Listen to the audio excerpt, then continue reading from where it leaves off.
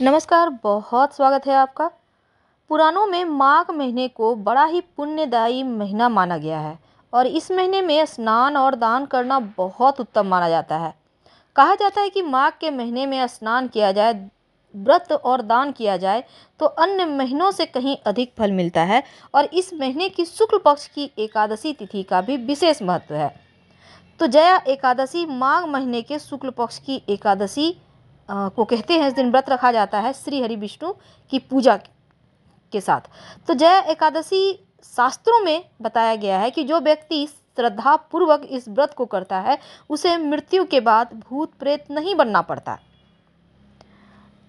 तो माघ महीने के शुक्ल पक्ष की एकादशी तिथि की शुरुआत 31 जनवरी मंगलवार की सुबह 11:55 से होगी और अगले दिन 1 फरवरी बुधवार की दोपहर 2:01 तक रहेगी। उदया तिथि 1 फरवरी को है, बुधवार के दिन, इसीलिए इसी दिन व्रत रखा जाएगा। तो पारण कब होगा? देखिए, इस बार जया एकादशी पर इंद्र नामक योग भी बना हुआ है और सर्वार्थ सिद्धि योग भी बना हुआ है। पारण होगा 2 फरवरी को सुबह 7:09 से सुबह 9:19 के मध्य। इसके पहले कि हम आगे बढ़े, 2 शब्दों में कहानी जरूर सुन लें क्योंकि जया एकादशी का व्रत कथा सुनने का विधान है। तो पौराणिक कथा के अनुसार इंद्र की सभा में एक गंधर्व गीत गा रहा था, लेकिन उसका मन अपनी प्रिया को याद करने लगा। इस कारण से गाते समय उसकी लय बिगड़ गई। इस पर इंद्र ने क्रोधित होकर गंधर्व और उसकी पत्नी को पिशाच योनि में जन्म लेने का श्राप दे दिया। पिशाच योनि में जन्म लेकर पति पत्नी कष्ट भोग रहे थे। संयोगवश माघ शुक्ल एकादशी के दिन दुखों से व्याकुल होकर इन दोनों ने कुछ भी नहीं खाया और रात में ठंड की वजह से वो सो भी नहीं पाए। इस तरह अनजाने में जया एकादशी का व्रत पूरा हो गया। तो इस व्रत के प्रभाव से दोनों श्राप मुक्त हो गए और पुनः अपने वास्तविक स्वरूप में लौटकर स्वर्ग पहुंच गए। देवराज इंद्र ने जब गंधर्व को वापस उनके वास्तविक स्वरूप में देखा तो वो हैरान रह गए। तो गंधर्व और उनकी पत्नी ने बताया कि उनसे अनजाने में जया एकादशी का व्रत हो गया और इस व्रत के पुण्य से उन्हें पिशाच योनि से मुक्ति मिल गई। कैसे करेंगे पूजा? देखिए, सुबह जल्दी उठकर स्नान करें, श्री हरि विष्णु के साथ माँ लक्ष्मी की पूजा करें, उन्हें पुष्पमाला धूप दीप अर्पित करें और इस दिन अगर व्रत रखते हैं तो फलाहार खाएं या फिर आप लिक्विड डाइट पर रह सकते हैं। इस दिन सात्विक भोजन करना चाहिए। आप व्रत रखें या ना रखें, मांस, मदिरा, अंडा, प्याज, लहसुन, भांग वगैरह का सेवन ना करें तो उत्तम है और केवल फलाहार ही ग्रहण करें। चावल का सेवन बिल्कुल भी ना खाएं, चाहे वो चावल से कोई भी चीज बनी हो, इनसे दूर रहे। इस दिन पीला, केसरिया, हल्के रंग का कपड़ा का प्रयोग कर सकते हैं और खासकर एकादशी अगर व्रत रखते हैं तो ब्राउन यानी भूरा, नीला यानी ब्लू, स्लेटी और गहरे रंग का कपड़ा बिल्कुल भी ना पहने। ये अगर आप तमाम नियमों का पालन करते हैं तो मन भी सात्विक रहेगा और इस व्रत का पूरा फल भी आपको मिलेगा। एकादशी व्रत की कथा सुने बिना इस व्रत को पूर्ण नहीं माना जाता है, इसलिए कथा भी इस दिन जरूर सुननी चाहिए। शाम के समय आंगन में, आपके घर के आंगन में जो तुलसी जी है ना, उसके पास दीपक जरूर जलाइएगा और परिक्रमा कीजिएगा। तुलसी को छूना नहीं है। अब देखिए, एकादशी तिथि को तुलसी पर जल नहीं अर्पित करना चाहिए, लेकिन नियम ये है कि आप 1 लोटा जल में थोड़ा सा काला तिल, आप थोड़ा सा जल ले लें, कच्चा दूध, थोड़ा सा अक्षत, थोड़ी मीठी वस्तु आप मिट्टी में थोड़ा सा अर्पित कर दें। आप किसी भी पात्र से कर सकते हैं। थोड़ा सा मिट्टी में, तुलसी जी को नहीं छूना, ना ही आप जल अर्पित करना है, यानी मिट्टी में थोड़ा सा आपको नियम करना है। इस बात का ध्यान रखिए, तुलसी को छूना नहीं है और पत्ते एक दिन पहले ही तोड़कर रख लीजिएगा तो आपके लिए अच्छा रहेगा, क्योंकि बिना तुलसी के पत्ते का श्री हरि की पूजा संपूर्ण नहीं होती है। और तुलसी जी में अर्पित करते समय आप मन ही मन, आप चाहें तो इसमें ओम नमो भगवते वासुदेवाय, ओम ब्रिंग बृहस्पते नमः आप जप कर सकते हैं। ऐसा करने से आपका गुरु भी बेहतर होगा, भाग्य अच्छा हो जाएगा। वैसे तो तुलसी जी जो है ना, उनकी पूजा करने से आपका बिगड़ा हुआ बृहस्पति भी बढ़िया हो जाता है। तो जब आप धूप दीप दिखाइएगा, जब आप पूजा पाठ कीजिएगा तो दीपक में एक लौंग जरूर डाल दीजिएगा, क्योंकि लौंग जो है ना आपकी मनोकामना को पूर्ण करता है। तो लौंग जब डालिएगा तो आप दीपक में बाती के पास ही रखिएगा ताकि लौंग भी थोड़ा सा जल जाए। इससे क्या होगा, नकारात्मक ऊर्जाएं भी जल जाएगी और घर में धीरे धीरे, अब एक दिन में असर नहीं होता, आप नियमित रूप से प्रयोग करें, आपके घर में सकारात्मक ऊर्जा आने लगेगी। विशेष मनोकामनाओं की पूर्ति के लिए इस दिन विशेष भी प्रयोग किए जाते हैं। अब मान लेते हैं आपकी नौकरी नहीं लग रही, आपका व्यवसाय अच्छा नहीं चल रहा, घर परिवार में बहुत टेंशन है, अपना मकान का सुख नहीं है, तब एक छोटा सा टोटका कर लीजिएगा। शरण में आइए, किसी भी पास के मंदिर में जाकर सिंदूर घी या सिंदूर तेल मिक्स करके कटोरी में ले जाएं, किसी पात्र में ले जाएं और ले जाकर मंदिर के दीवार पर आप स्वस्तिक बना दें। उल्टा स्वस्तिक, याद रखिए, सीधा नहीं, उल्टा। और जब मनोकामना पूर्ण हो जाए तब जाकर सीधा स्वस्तिक बना दीजिएगा।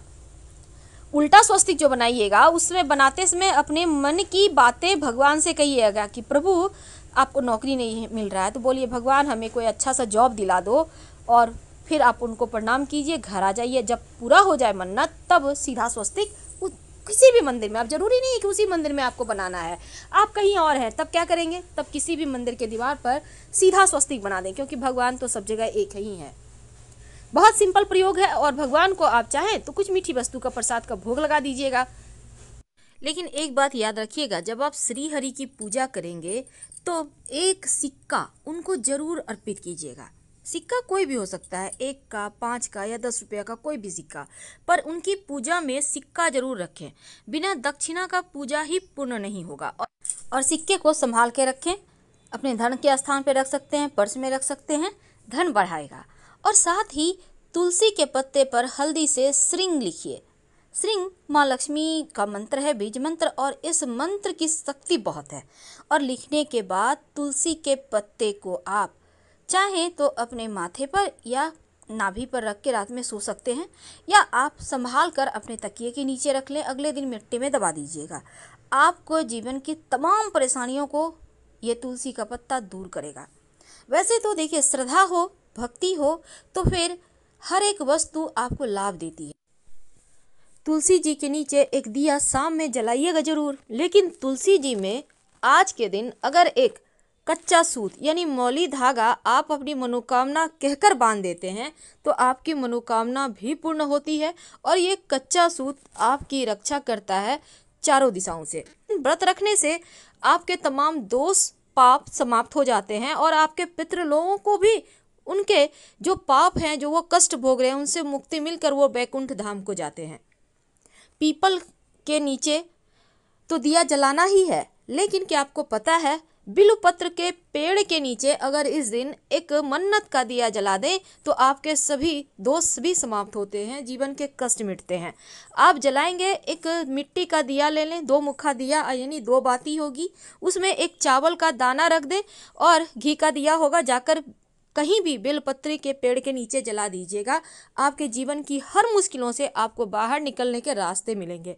ये एकादशी खास है, इसलिए तुलसी का पत्ता भगवान श्री हरि को अर्पित तो करेंगे ही, साथ ही तो इस दिन जब आप व्रत करेंगे तो स्नान वगैरह करके घर के मंदिर की सफाई करें और फिर पूरे घर में गंगा जल का छिड़काव करें। अगर गंगा जल ना हो तो जल में 1 चुटकी हल्दी डालकर पूरे घर में छिड़काव करें, बाकी बचा पानी किसी पौधे में डाल दें।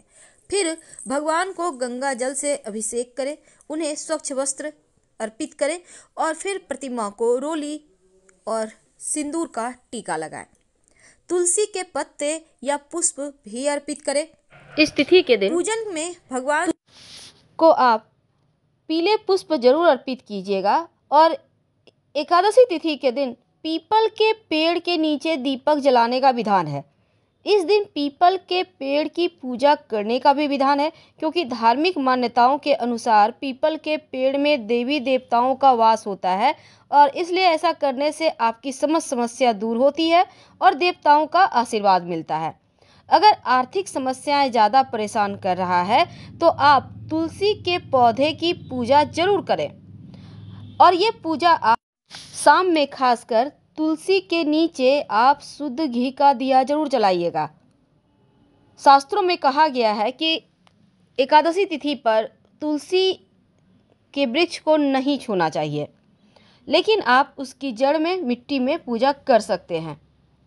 अगर आप एक खास प्रयोग करें, आपके घर में जो तुलसी का पौधा है इसमें लाल मौली धागा जिसे हम कलावा कहते हैं लपेट दें, बांध दें, और अगर तुलसी के पास शालिग्राम भगवान है तो उनमें और तुलसी जी में दोनों में ही धागा इस तरह से करें कि दोनों को टच करते हुए बांध दें, तो सभी मनोकामना पूर्ण होती है।